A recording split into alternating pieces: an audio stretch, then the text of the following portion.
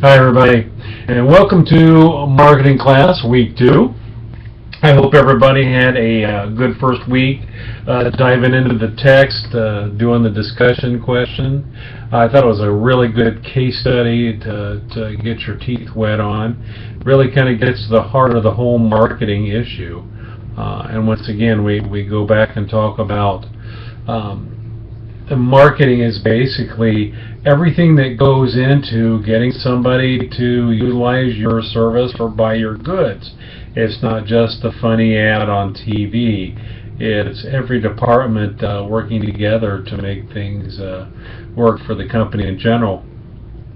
So this week we're going to talk about one side of the industry, and that's the service industry. All right. A lot of times when we think of marketing, we think of we're marketing a product.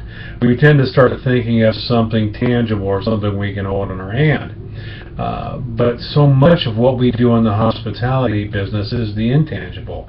There is nothing we can put our hands on. There's no inventory for something. It takes up no space. It's all the service aspect, and we'll get a little bit more into that, different types of things we expect. But it's a huge part of our business. So you got to remember, services, according to the text, is a performance of an act or deed where the output is not a physical product. So some examples like the interaction with the person at the front desk of a hotel, or when you go into a restaurant, the server or the greeter, for example, or anybody else you have in contact with. So not the things you actually purchase, not the things you consume, but those services that you get from other people. And it talks about some differences between services and products. Is service has no ownership by the consumer.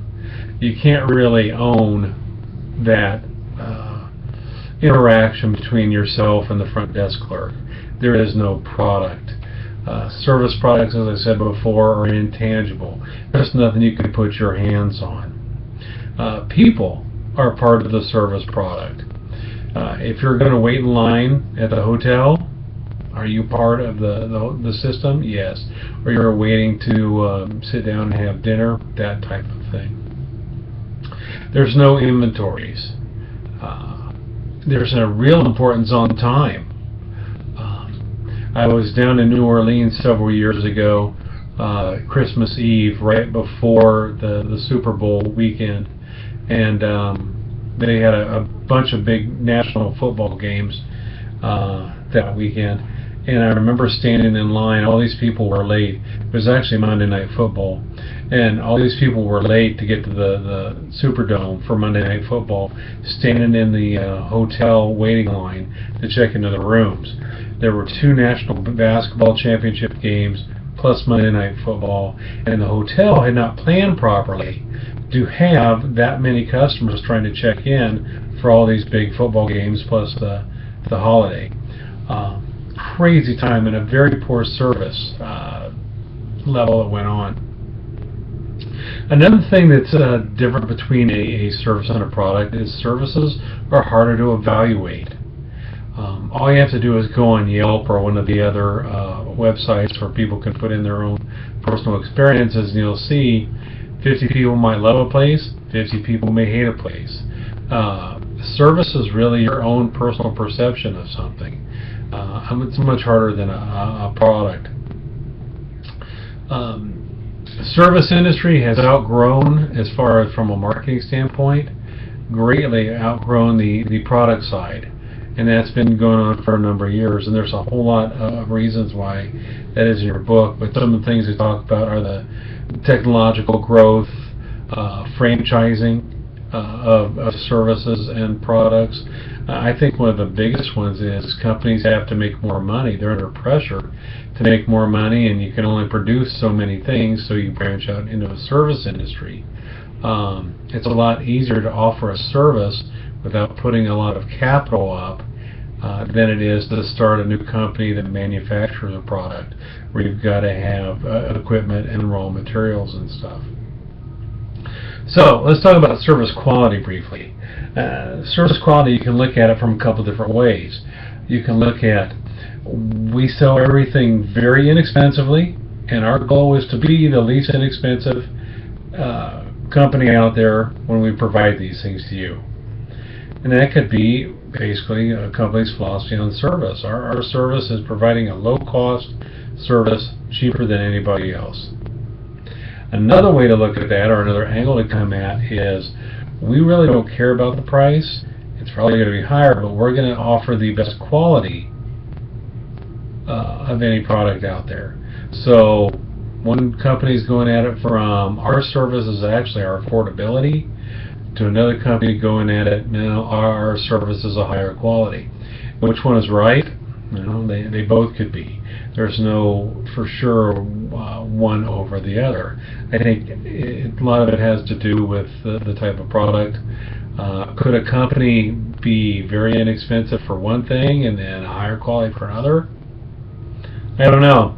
Henkel, several years ago, if you're familiar with Henkel's knives, at one point they were like the best knife in the world. I remember when I went to culinary school and bought my first Henkel's, well over $100, and this was a long time ago for a knife of that cost. And we were just like, ooh and ah, because it was the best in the world. What happened through the years was Henkel's decided to branch out and started making some less expensive and less quality knives for a much less expensive of a cost. So they were sending their giant knives out to be manufactured in other countries. China, South America were making Henkel's, and they were inferior to the good ones that were made in Germany. But they were cheap. You could buy a set of Henkel's at Target for $25, not $100 and some a knife. What ended up happening with that situation was Henkel's kind of got a bad name for having cheap knives. So by trying to push their product to a different segment of the market and sell more, they actually tarnish their core brand. And so it's pretty hard to do both of those things sometimes. The book talks about different gaps, and a couple that I noted. The service gap, that's the difference that exists when customers' expectations of service and the perception of the actual service are different. So in other words, you expect it's going to be like this, but it just doesn't work out like you thought it was going to work out. That's a service gap. Knowledge gap, difference between a customer's or management perception of what you want and what you really want. We kind of go back to the case study in chapter 1. We're talking about what type of an operation should we build. Well, a lot of times it's management's perception of what people want and actually not really what the customer is after. We see that a lot in the hospitality industry. Another one was the knowledge gap, when management perception of what the customer wants is different than the actual expectations. The communication gap. Difference between the service delivered and the service promised. When we thought we were going to get this, but we didn't get this. And there's a couple others, but I just thought those were some of the key. And I'm sure you could see those in experiences you've probably had, going to a restaurant, going to a hotel. They're very common. Book talks about a delivery blueprint, which is a flow chart that talks about the delivery points where contact with customers is made. And I think this is a great idea, because if you can map out a strategy, so every opportunity your staff has to deal with a customer and to make a difference or to make a positive experience happen, I think that's a wonderful thing. I don't think many businesses look at that. Take somebody in the fast food industry right now, and I'm sure some of you have worked in there. How much is stress to those frontline people to be positive when greeting the customer? When that customer comes in to order the hamburger or the chicken sandwich or whatever, is it really stressed that we love the customer? Without the customer, you're not here. So we're going to make this the very best experience they have. We want them to feel at home. We want them to feel like we really want them. Or is it basically just take their order as quick as you can, give them the right change, get their order right, and get them out so we can get the next customer in? So that happens all the time. Another topic that the book covers is relationship marketing, and I think this is a great thought. And it's basically, this says, it's less expensive to keep the customers you have than go out and get new ones. We see this on the staffing side too. It's less expensive to keep the people you've got and train them than hire people. Same thing with marketing. It costs a lot of money to go out there and do promotions and that type of advertising to get new business in. Rather, if we just keep the customers we've got, we introduce new products so they buy more, but they stay with us all the time. Repeat customers, customer loyalty, it's everything in this business. You know, the fast food restaurants all have names for those repeat customers that come in more than 3 times a week and so on. Repeat customers are the name of the game, so keep that in mind. And I just kind of alluded to this, but things to keep in mind with your customers is each customer is the most important person to our business. Customers are not dependent on us. We're dependent on them. Customers do not interrupt our work. Boy, how many times have we all said, this would be a great business if it wasn't for our customers? Something along those lines. Or, why does that customer have to call right now? I'm busy. We all forget why we're there and who we're supposed to be serving. Customers do us a favor when they call, not the other way around. Customers are human beings with feelings and emotions. That's a tough one, but it's very true. We've got to think about them in a different way. Not that they're there to make our life miserable. They're there to give us a paycheck. And finally, customers are the lifeblood of our business. I think definitely we forget a lot of times, and when we look at the overall marketing concept, we have to remember that making the customer happy is everything. You'll pardon me, Daisy has decided to join the marketing lecture this week. Customer satisfaction. So we've got the customers. How do we know if they're satisfied or not? First of all, we want to establish a benchmark. And a benchmark is basically going to be a certain level that we're going to look to hit, where we can judge, are we doing an adequate job? Are we going over the job? Are we doing what our customers want? So we establish a benchmark. Along with that, we are going to look at different ways to find out if our customers are happy. So several different things we can do. One, you can just listen. Having the people at the front desk be active listeners, your housekeepers in a hotel, the people that are cleaning up, being out amongst the people, listening to your customers and your clients talk is a great way to find out how they're perceiving their activities, their food, or their stay. And so many times, once again, I think we go out of our way to avoid customers, and because if we get around the customers, heaven forbid, they're going to ask me to do something, or they're going to complain about something, so we try to hide away from them. But if we can be active listeners, that's a great thing. Some companies will send out comment cards or do surveys. That can be okay. There's some problems with that. First of all, only the people who are usually really angry will send a customer card back in. If you're happy, usually you'll just kind of throw it away. So it tends to skew the results.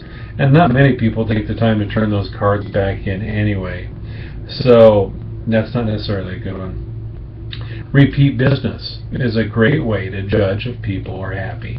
Because usually if people don't like you, they won't keep coming back. So the use of frequent customer cards, something where you can record how often people are coming back, because unless you can keep track of that, it really doesn't do any good. Other things you can do is send out a regular email to people. asking for comments, kind of along the lines of the survey card, but do it a little bit more interactive participation. So you put a mailing list together, you mail people out asking for, on a regular monthly basis, have you visited this month? We've got this coming up, that type of thing. So, and we talk about improving customer service. There's a couple different things you can do. First of all, we've already mentioned you define your benchmark, your standards of service. And then you've got to look at, are we meeting those levels? Where are we falling short? Where are we exceeding it? And once you do that, you can figure out, well, we know we need a change in some of these areas, so let's develop some strategies to implement changes. The next thing is go slow with those implementations and those changes. A lot of times when people say, this is not right, it's not working well, we're changing in a day. Well, you can go off and make another situation worse than it already was. Kind of that, you've heard the expression, the knee-jerk reaction. So go slow with it, and then finally go back and get feedback from people. Is it working?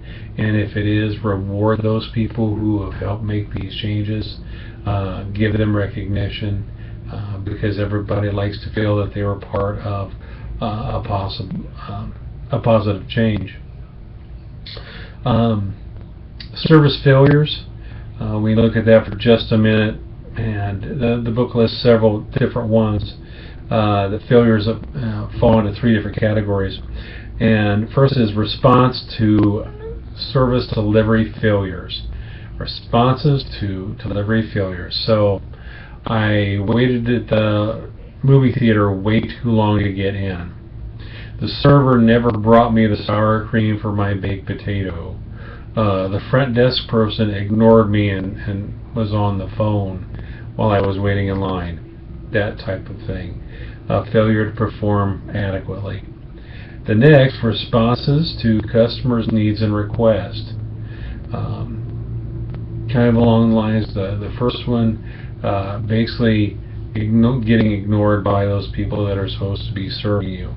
And then lastly, unprompted and unsolicited employee actions. That might be something good, it might be something bad, where employees have done something that you didn't expect. You love it when your employees go over and above and do things for people that they didn't expect. Sadly, that doesn't happen necessarily a lot. I remember one time I was working at a college, and we had a huge bake sale, and one of the lady came in and bought just a ton of baked goods, and I offered to carry it out to the car for her, and I went and waited while she brought her car around. I carried them down a bunch of steps, loaded them for her, and then I found out she was the wife of one of the college vice presidents. So we received a really nice note and a thank you for that. I wish that would happen more often. So basically, this whole chapter is about the service. It's about how to assess, is our service adequate? What do we do if it's not? How do we find out if it is? And things to do to make changes. So much of what we do in the hospitality business is service. You've probably heard the expression that, or the saying that, if you've had a bad meal at a restaurant, bad food, you'll tend to go back and give it another chance. But if you've had bad service, statistically, people won't go back to a restaurant. So that's how important the service level is in our business. The hospitality industry is just founded on service, not product. Although a lot of good chefs I know would argue about that. So basically, that is chapter 2 in the marketing text. It is a long chapter, but there's a lot of key information in there. So read it, take care of the discussion question. I believe you have a quiz this week. So take care, and please write or call with any questions. Have a good day. Bye.